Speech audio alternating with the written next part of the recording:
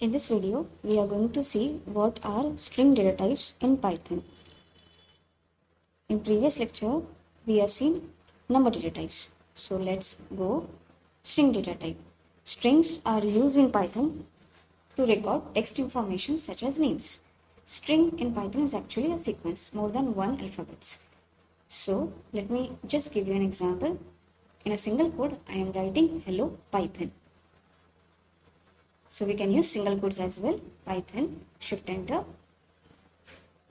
Here is the output. The second is in double quotes. Hello Python. Shift enter. You will get the output. And the third one we can use triple double quotes, or we can also use single triple quotes for printing. So this is a third example. So string can be created in these three ways. So let me just show you the printing statement as well. As you know, we can use it three ways, but the first one is normally used in Python formally. So let me just write print and then let me print the same statement. You will notice one difference when I execute this cell. Shift enter. Here you can see there are no single quotes as in above example, because we are using the print statement. Let me just give you another example. So I am writing here again, hello Python, programming. I am going to use two statements in a single cell. And then will be my second example, hello Python language. Here I will show you why print statement is necessary. So here you can see the last statement is executed. But the same if I write using a print, hello Python programming, if I use a print function, so you can see hello Python programming, second is my hello Python language.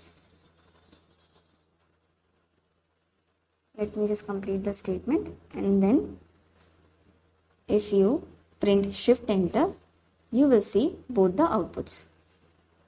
So print statement can be used or should be used. Let's see another example, like using a function length. We are going to see all the string functions in next lecture, but let me just show you. Length, len, gives the length of your string, including the space. I can also use a variable for storing a string.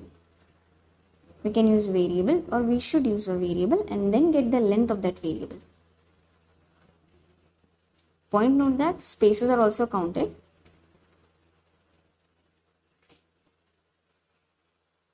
I will take another example.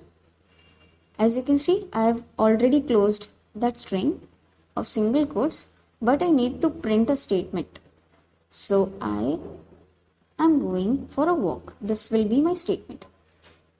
As you can see, there is no opening or closing for another string. So for this kind of statement, we can use double quotes. I'm going to tell you the escape sequences as well. So this is I am going for a walk. In next lecture, let's see more string functions.